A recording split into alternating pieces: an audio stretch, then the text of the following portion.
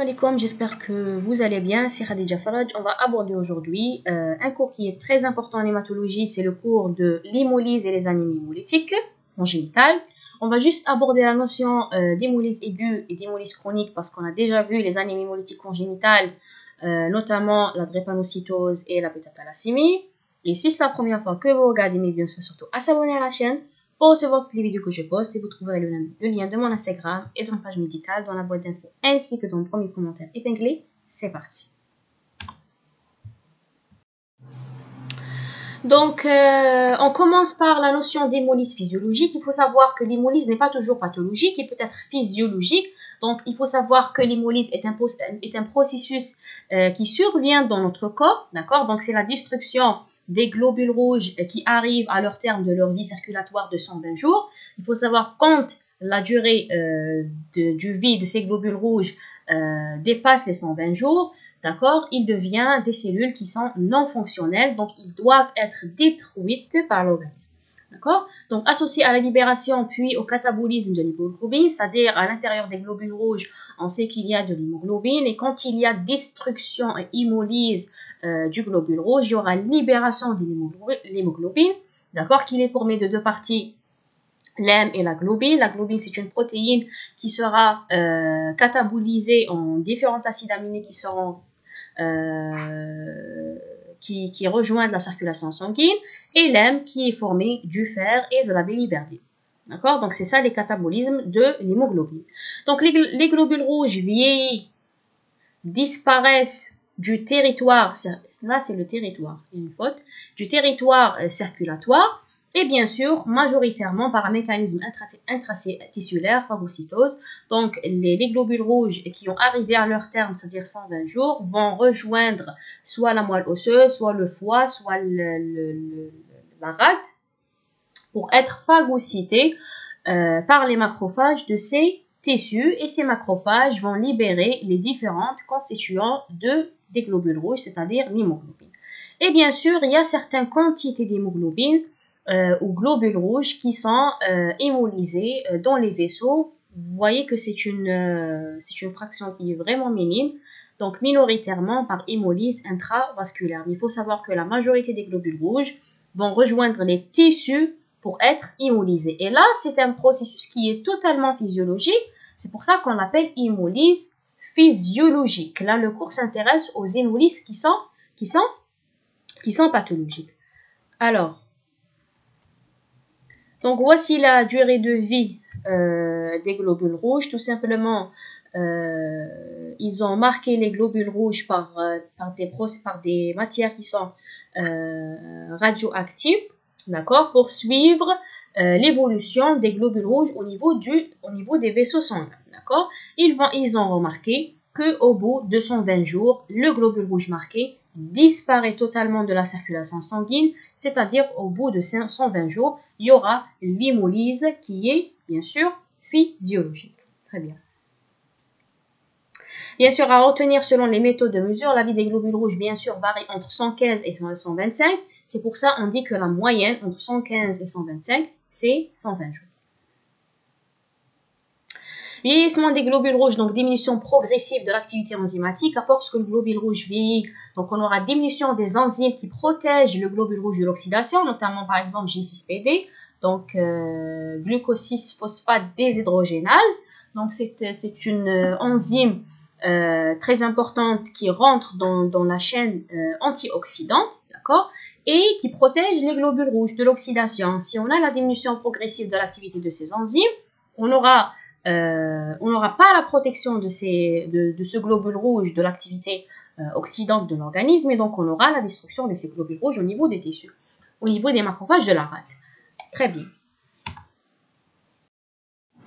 Bien sûr, comme conséquence du vieillissement des globules rouges, on aura baisse du volume globulaire. On aura bien sûr diminution de l'ATP et du glutathion réduit. Ça c'est un composant qui rentre dans la chaîne antioxydante, d'accord. Formation de méthémoglobine et aboutissant à un gonflement cellulaire Donc là, c'est l'hémoglobine qui est oxydée, aboutissement à un gonflement cellulaire et bien sûr hémolyse dans le système réticulo-endothélial, c'est-à-dire les macrophages des différentes tissus. Très bien. Alors là, l'hémolyse physiologique, toujours on est dans l'hémolyse physiologique, on n'a pas encore parlé de l'hémolyse pathologique. Bien sûr, lieu de destruction physiologique, vous voyez que c'est majoritairement la moelle osseuse, tant qu'elle les fabrique. Donc, c'est elle qui va prendre en charge leur destruction de façon majoritaire. Donc, vous voyez 50% des globules rouges qui sont au niveau du vaisseau, 50%, donc la moitié vont être détruites au niveau de la moelle osseuse. Donc, ils vont rentrer à l'intérieur des macrophages, ils vont être détruits, l'hémoglobine, d'accord? Au niveau de la rate, c'est 25%, au niveau du foie, c'est 25%.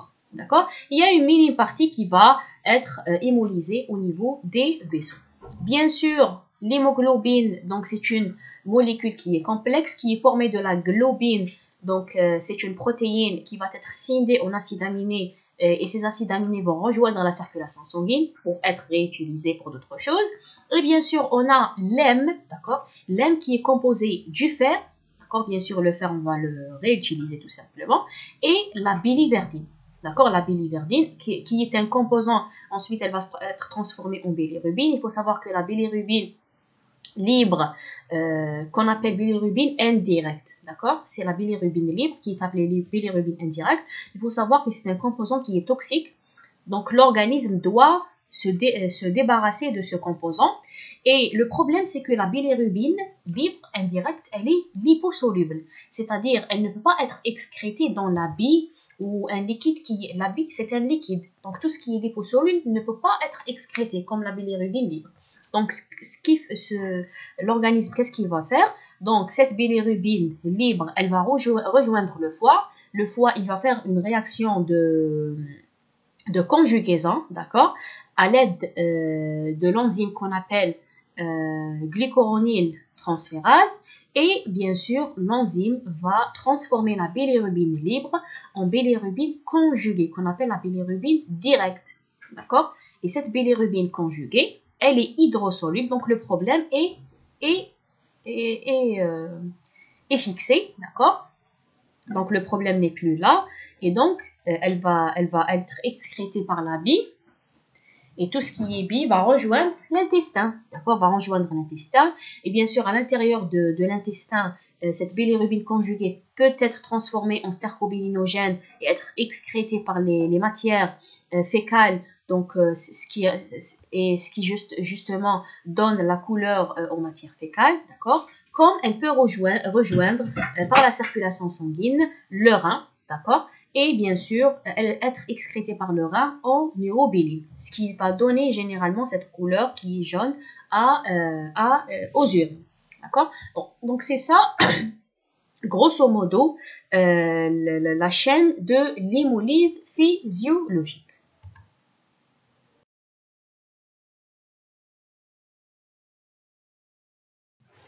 Alors, on a parlé de l'hémolyse physiologique. Là, on attaque l'hémolyse pathologique, d'accord, ou il est appelé aussi l'hyperhémolyse, c'est-à-dire hémolyse en excès. D'accord, elle est normale, l'hémolyse ne provoque aucun signe clinique. Mais quand il est pathologique, hyperhémolyse, il va se traduire par différentes manifestations cliniques. Alors, l'hyperhémolyse, d'accord, il est en rapport avec la diminution de la durée de vie des globules rouges, c'est-à-dire avant les 120 jours, les globules rouges vont être détruits. D'accord? Le siège, ces globules rouges peuvent être détruits en intravasculaire, ce qu'on appelle l'hémolyse aiguë. Concentrez-vous avec moi très bien dans cette partie parce que c'est la partie la plus importante. Quand l'hémolyse, hyperhémolyse se produit à l'intérieur des vaisseaux, c'est-à-dire en intravasculaire, là, il est appelé, c'est-à-dire il est aigu, c'est-à-dire il est appelé hémolyse aiguë. Quand l'hémolyse se produit au niveau des tissus, c'est-à-dire soit au niveau de la rate, de la moelle et du foie, là, on l'appelle hémolyse chronique parce que déjà, les globules rouges ont pu arriver à ces tissus et ça va se produire de façon chronique et même les signes cliniques ne vont pas être aussi graves comme l'hémolyse aiguë. D'accord? Donc, hémolyse aiguë est égale hémolyse intravasculaire, hémolyse chronique est égale hémolyse tissulaire. Maintenant, les causes de cette hémolyse, donc l'hémolyse elle-même, c'est une pathologie, mais la cause de l'hémolyse peuvent être multiples. Soit les causes corpusculaires, c'est-à-dire en rapport avec la structure du globule rouge, c'est-à-dire soit anomalie de la membrane, soit anomalie de l'hémoglobine, comme on a déjà vu dans la drépanocytose ou dans la bêta-thalassémie, c'est une anomalie de l'hémoglobine. Donc, ces globules rouges vont être fragiles et vont être hémolysés, de façon chronique, bien sûr. D'accord? Donc, ça, c'est les pathologies corpusculaires en rapport avec le globule rouge, la structure du globule rouge, une anomalie quelconque. Comme les causes peuvent être extracorpusculaires, c'est-à-dire de causes externes, c'est-à-dire par exemple présence d'auto-anticorps qui vont attaquer ces globules rouges et qui vont faire l'hémolyse de ces globules rouges. D'accord? Quel que soit le type des globules rouges, il y a quelques caractères qui sont plus ou moins communes à l'hémolyse aiguë, à l'hémolyse chronique. Donc, comme vous savez, toute hémolyse va se traduire par la libération de l'hémoglobine au niveau du plasma, d'accord? Et cette hémoglobine va être liée à une protéine qu'on appelle l'aptoglobine, et ce qui explique la diminution de sa concentration au niveau sanguin. Quand elle est libre, on peut la doser. Quand elle est liée à l'hémoglobine, elle devient presque, on ne peut pas la doser. Donc, on aura diminution de cette protéine parce qu'elle est liée à l'hémoglobine libérée par l'hémolyse. D'accord? Très bien. La même chose pour le rein, donc on aura augmentation de la libération de l'hémoglobine et cette hémoglobine sera divisée en M et en globine et l'M va libérer de la bilirubine. Donc déjà au niveau sanguin, on aura augmentation de la bilirubine indirecte. D'accord? On aura augmentation de la bilirubine indirecte. Mais vous savez, quand il y a l'hémolyse aiguë, tout se passe rapidement. Donc, l'augmentation de la bilirubine indirecte va être un peu plus lente par rapport à l'hémolyse chronique. D'accord? Très bien. Et bien sûr, certaines hémoglobines ne vont pas être scindées en M et en globine. Et donc, l'hémoglobine va passer la barrière de filtration glomérulaire, va se retrouver au niveau des urines, causant l'augmentation de l'hémoglobinurie. Et on voit ça dans l'hémolyse aiguë pratiquement, parce qu'il y a libération d'une quantité excessive d'hémoglobine à la fois. C'est pas comme l'hémolyse chronique qui se fait de façon lente. Et donc, on aura le corps qui veut se débarrasser de cette quantité d'hémoglobine qui est vraiment grande au niveau de la circulation sanguine. Il va faire quoi? Il va se débarrasser de cette quantité vers les urines, et ce qui va donner la coloration rouge aux urines. Très bien.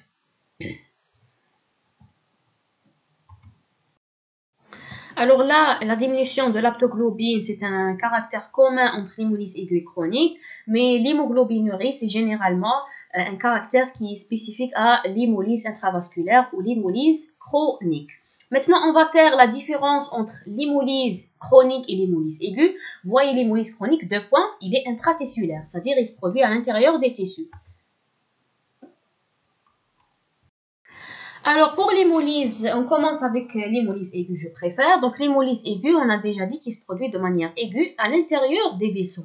Et donc, les signes cliniques, donc déjà l'hémolyse aiguë est une pathologie.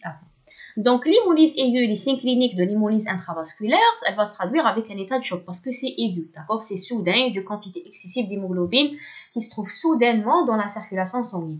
Donc, déjà, on aura la pâleur cutanéo-muqueuse, elle est due à la diminution de la quantité du globule rouge qui se trouve à l'intérieur des vaisseaux. Donc, déjà, ils sont hémolysés, donc ça va se traduire par, on va pas dire la diminution excessive, mais c'est une diminution quand même importante de globules rouges qui va se traduire par cette pâleur cutanéo-muqueuse.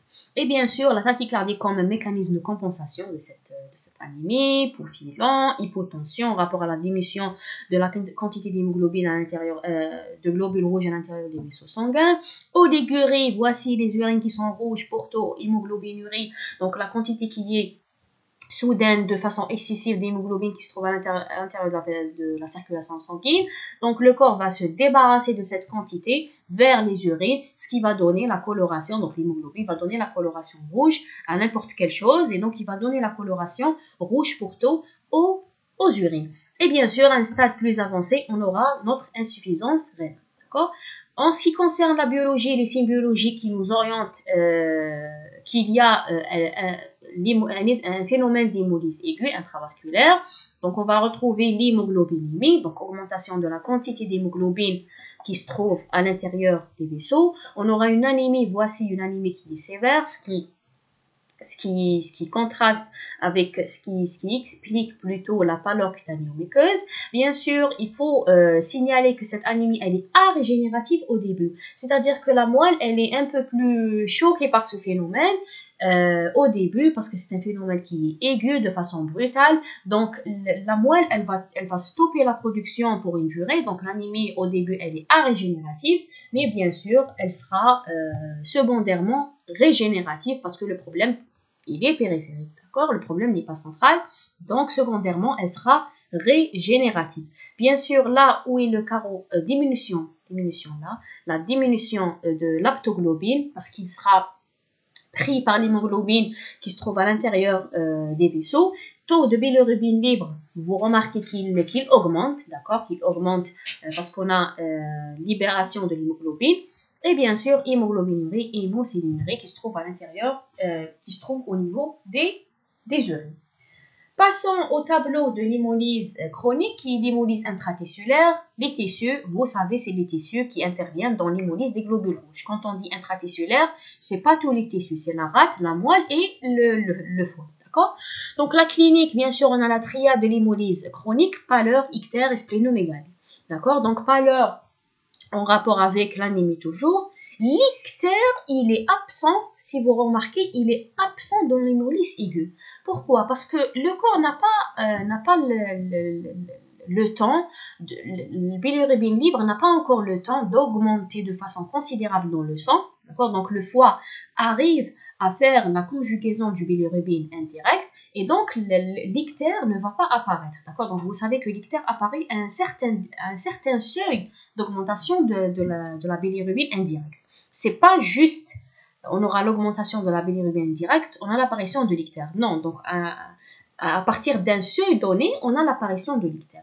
Tant que c'est un phénomène chronique, donc on aura l'apparition, l'augmentation de la bilirubine indirecte de façon progressive jusqu'à l'arrivée du seuil qui va causer l'apparition de l'ictère.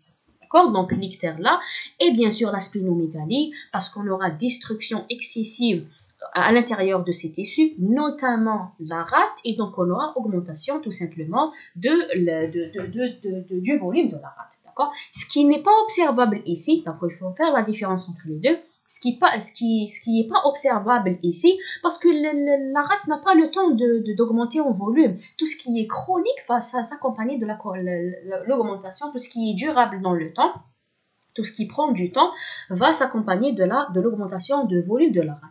Maintenant, sur le plan biologique, toujours comme le cas de l'anémie de l'hémolyse aiguë, on aura l'anémie qui est d'emblée régénérative parce que c'est un phénomène qui est progressif. Donc, la moelle va s'adapter progressivement à cette anémie et elle va fabriquer des cellules. Donc, on aura une anémie qui est régénérative. Bien sûr, l'anémie hémoglobine inférieure à 10, VGM peut-être dans certains cas une macrocytose. C'est les signes de régénération. Là, la macrocytose est un signe de régénération, d'accord? Vous voyez, les plaquettes sont normales. Réticulocyte, vous voyez, c'est un signe de régénération supérieur à 120 000 éléments par millimètre cube.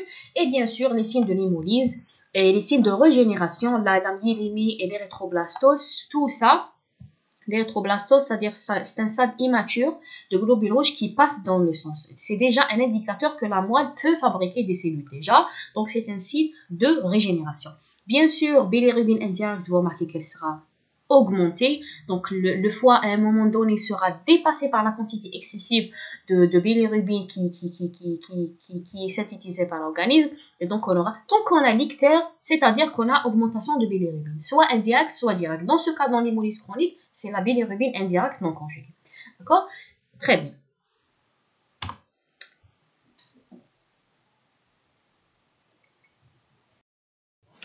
Alors là, un tableau comparatif entre la biologie de l'hémolyse intratissulaire et l'hémolyse intravasculaire qui est aiguë. Là, l'anémie, vous voyez qu'elle est d'emblée régénérative parce que la moelle a le temps de s'adapter, tandis que dans l'hémolyse aiguë, donc c'est un choc pour la moelle. Donc, premièrement, on aura une anémie arégénérative et bien sûr, 24 à 48 heures, on a les signes de régénération après.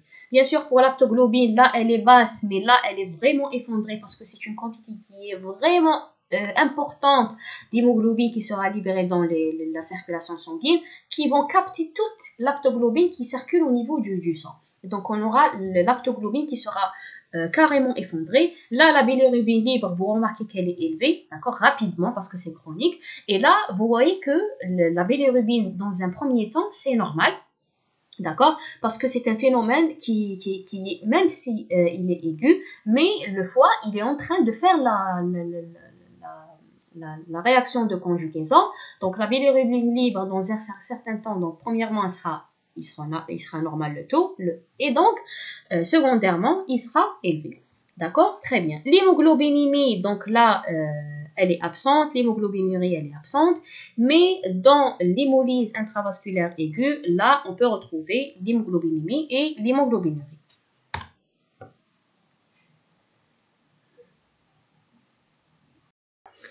Là, l'hémoglobinémie et l'hémoglobinurie sont absentes. Pourquoi? Parce que c'est un hémolyse qui est, parce que ça concerne l'hémolyse chronique, donc intratissulaire. Donc, les tissus vont faire la destruction de l'hémoglobine et donc l'hémoglobine va rejoindre la circulation sanguine. Il arrive que dans certains cas, l'hémoglobine rejoint directement la circulation sanguine, ce qui va expliquer l'aptoglobine qui est basse, mais pas aussi basse comme l'hémolyse aiguë. Et la majorité des cas, dans l'hémolyse chronique, on aura la destruction de ce hémoglobine, d'accord, qui va être scindé en M et en biliverdine, et ceux des composants vont rejoindre la circulation sanguine. C'est pour ça qu'on a l'absence de l'hémoglobinémie et l'hémoglobinurie. C'est pas comme le processus d'hémolyse aiguë qui se produit directement au niveau des vaisseaux sanguins, et donc ça va causer l'augmentation de ces deux composants. On arrive à la dernière planche dans notre cours de l'hémolyse aiguë et chronique, donc l'hyperhémolyse, que ce soit aiguë, que ce soit chronique.